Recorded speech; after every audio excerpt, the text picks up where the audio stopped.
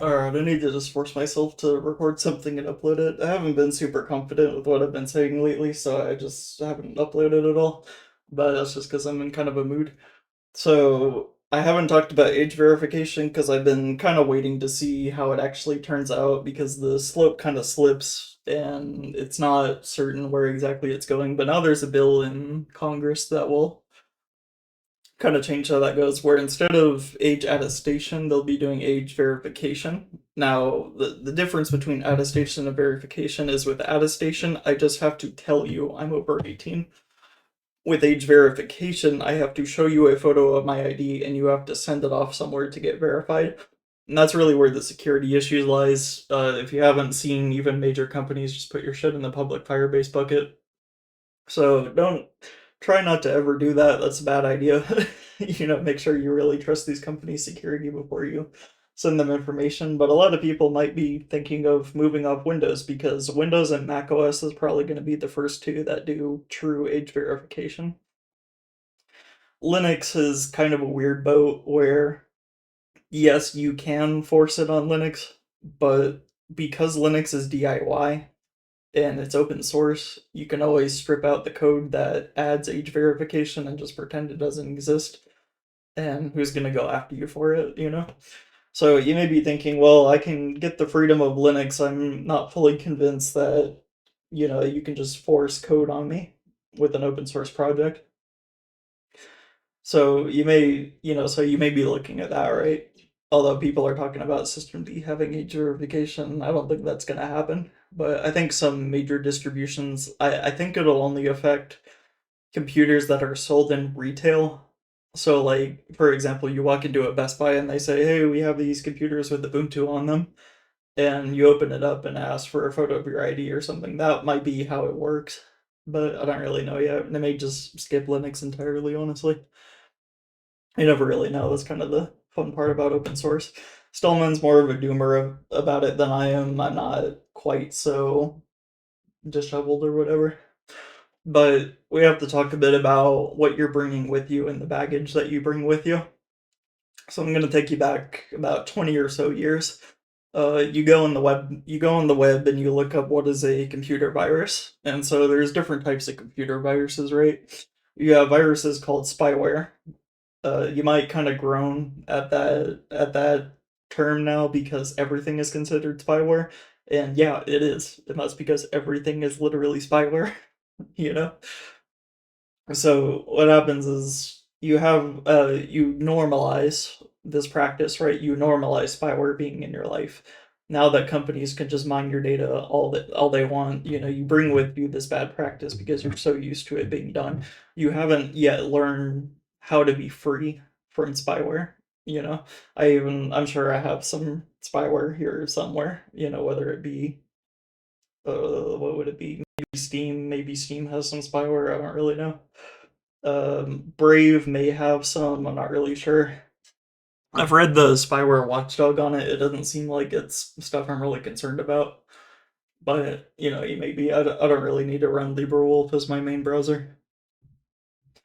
So, anyways, you have spyware right now. Spyware is normalized, so you may think, oh, well, I have to bring spyware with me. Then you have things like rootkits. Now, a rootkit is something that installs itself so deeply into your system that it gives it full control over your entire computer, whether that be at the kernel level. I think that's ring 0, maybe even slightly above ring 0. I don't really know. But basically, if it really wanted to, it could probably write to your BIOS, which can create a situation where you have malware that persists through installs and it just permanently fucks your motherboard entirely. So with a rootkit, those are starting to be normalized, but mostly in gaming. Now, so you'll have things like Denuvo where they don't run on Linux. You'll have things like anticheats where a lot of them do work on Linux and they get sandboxed, but if you ran them onto Windows, it would give them like way too much control over your computer. So you can trust the company all you want, and you'll see this become a problem with things like Apex Legends, where their anti-cheat had given them so much control over people's computers that people were able to remotely hack into other people's computers using the anti-cheat as a weapon. So giving this level of control is considered malware by itself, whether or not it's being exploited or not. Just having that level of control is considered a security hole. So you definitely don't want that running on your system outside of a sandbox. And so it's because of this that if you come over to Linux, right, you do have to lose these bad practices where it's like, okay, you may have to live without Apex Legends because they have decided that they are going to create a security hole that Linux just won't allow, or they don't want to bother supporting it. And so when you have this malware on your computer, especially that's why I stopped pirating games, is because with proprietary software, I'm cool with like, movies, music, and books, because what are you going to do? Are you going to slip in an infected PDF or something? Yeah, you can do that. You can. But it's not often that that happens, and if you have a reliable source, it's not that bad. But software, on the other hand, if you're downloading like an Adobe program or a video game or something, you don't know what the fuck they're running on your computer. It's proprietary. You can't see the source code. So a lot of times, especially when you get into like private servers on like WoW and stuff, is you'll run into programs that try to spy on your computer, and they'll send information to the server holder or whatever. Your information gets leaked, whatever it ends up being. And so you do have to actually trust that these programs are running what they say they're running. Because anything could be exploited. You could download a bad movie if you wanted to, and it could exploit your specific video player or something. As happened to this guy that ran Tails, the FBI had infected a video, and it caused like a memory leak or something in his video player.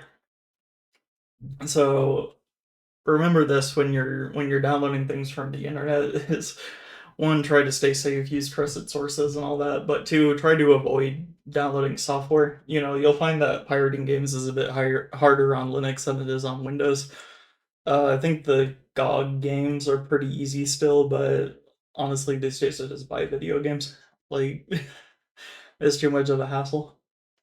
So, but even if you do buy it, you do have to consider, like, hey, um, am I running software that can potentially hack my computer? Is there a reason why this isn't supported on Linux? Am I myself running software that's insecure or a problem for my system?